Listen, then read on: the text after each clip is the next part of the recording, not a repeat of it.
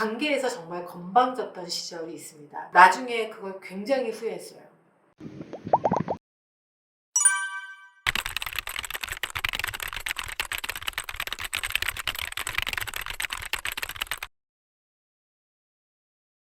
일과 관련해서 서로 적절하게 도움을 주고받고 있다라는 거는 분명히 통하는 어떤 부분이 있긴 있는 거죠.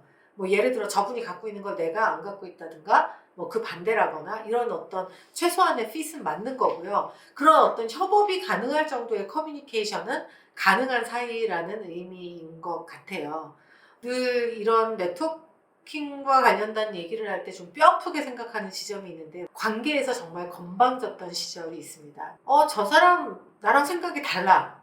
뭐 또는 뭐 이렇게 너무 고리타분해 생각하는 게, 이런 느낌으로 관계를 되게 소홀히 그냥 던져버렸던 분들이 저도 많이 있습니다. 나중에 그걸 굉장히 후회했어요.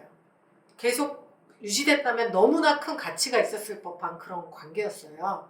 그리고 돌이켜서 생각하면 제가 정말 건방졌던 것이, 그분들이 어떤 면은 뭐 너무 고리타분하고 또는 답답하고 너무 정근대적이고 그런 부분 분명히 있었겠죠. 하지만 그게 그 사람의 다가 아니고요.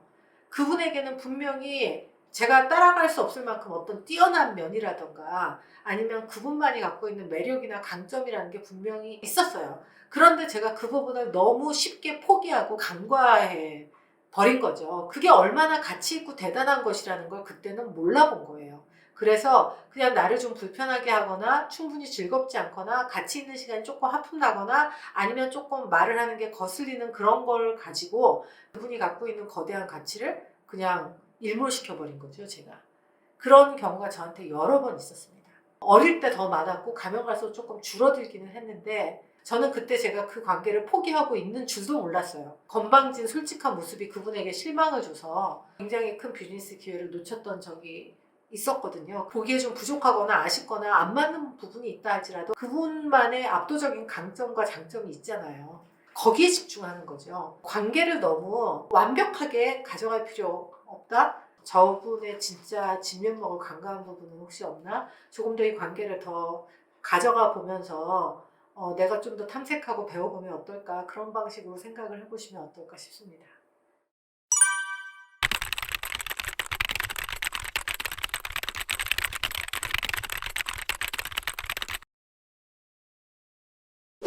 도움을 계속 줬는데 전혀 그것 자체에 대해서 뭐 도움을 되돌려주는 것까지는 아니어도 감사하다는 표현 자체가 인색한 사람한테 계속 그럴 필요는 없을 것 같아요. 이거는 정말 돌려받지 않아도 큰 문제 없어 라고 하는 마음으로 주는 게 일단 맞는 것 같고요. 내가 어떤 도움을 줬으면 그 사람한테서 꼭 그에 대한 어떤 대가가 오지 않아도 된다고 생각해요.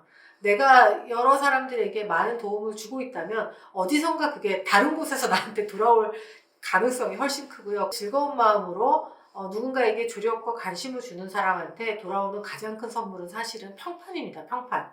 내가 이런 도움을 줬는데 나한테 실질적으로 돌아오는 게 있냐 없느냐라기보다는 내가 이렇게 행동을 하자 나라는 사람에 대해 평가가 좋아졌고, 장기적으로 일하는 사람이 나의 경쟁력이 됐을 때 저는 대가를 받는 것이라고 생각을 하거든요. 그래서 명시적인 게 아니어도 나에게 좋은 평판으로 돌아올 것이다 라는 믿음과 확신을 가지셔도 좋을 것 같고요. 돕는다라고 하는 것과 관련해서 내가 정말 피곤하고 즐겁지 않다는 생각이 들 만큼 누구에게 뭔가를 도와주려고 너무 애쓰시지는 또 않으셔도 될 것 같아요. 뭐 전화 한두 통 하는 거 나는 괜찮아 이런 마음일 때 하는 게 맞고, 나 스스로도 약간 재미와 보람을 느낄 수 있는 방식으로 도움을 제공을 하는 것이 훨씬 기분이 좋아지는 일이라 생각이 듭니다. 즉 대가는 단기적으로 평판으로 나한테 돌아올 거라는 거.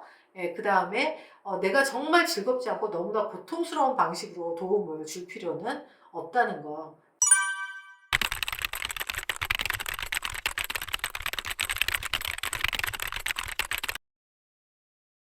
꼭 기억하고 싶으면 그분의 전화번호에 메모하는 그 칸이 있잖아요. 그럼 이렇게 메모를 좀 해놓기도 하는데요. 사실 요즘은 그런 것들을 많이 기록해 놓지 않아도 되는 이유가, 인스타그램과 페이스북이 있고 블로그 하시는 분들도 워낙에 많고 소셜에 있는 그분들의 상황이나 정보 같은 걸 찾아보기도 좋고 이렇게 늘 조금씩 들여다보고 있기도 좋은 것 같아요. 뭔가 좋은 소식이 들리면 바로 댓글 다는 거죠. 바로 메시지 보내고. 마음이 가서 하는 일이니까 그때그때 교류하는 거 의미 있고 중요하다는 생각이 들고요. 그리고 또 역설적으로 막 억지로 기억해야지 될 것 같은 분까지 제 관계망에 붙잡아 두려고 너무 애쓰지 않아도 될 것 같아요.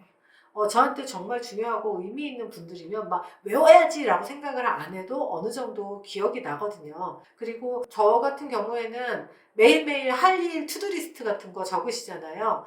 뭐 투두리스트에 보통은 연락드려야 될 분, 지금 챙겨봐야지 될 분, 이런 분들 이름이 한 10명 정도 늘 써 있어요. 그때그때 틈나는 대로 연락을 드립니다. 꼭 엄청 대단하게 막 하는 건 아니고 페이스북이나 뭐 카톡 같은 걸로 간단하게 메시지 보내기도 하고요. 관계는 가랑비에 옷 젖는 것 같아요. 그래서 저분이 말 그대로 나에게 마음을 쓰고 있고 저분의 이른바 어떤 관계망과 관리해야지 되는 대상으로 내가 포함되어 있다는 것 자체가 사람들에게 어떤 기쁨과 만족을 주죠. 고맙기도 하고요, 당연히. 예, 그런 방식으로 기억도 하고 신경도 쓰고 하면 어떨까 싶습니다.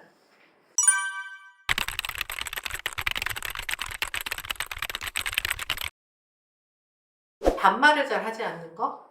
상대편이 나보다 훨씬 더 연차가 낮다거나 뭐 그러다 보면은 조금 편해지거나 할 때 있는데, 사회적 관계를 통해서 만난 친구인 경우에는 말에 있어서의 정도를 지키는 게 일단 굉장히 중요하다는 생각이 듭니다. 대화할 때 그런 거 조금 신경 쓰는 부분이 좀 있는 것 같고요.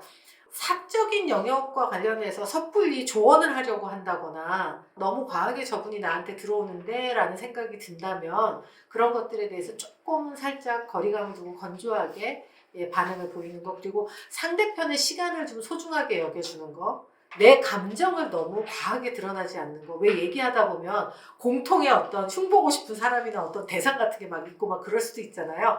그럴 때에도 다른 누군가가 듣고 있다 라는 그런 마음과 생각으로 표현이라든가 어떤 용어 같은 것들 조심하는 거.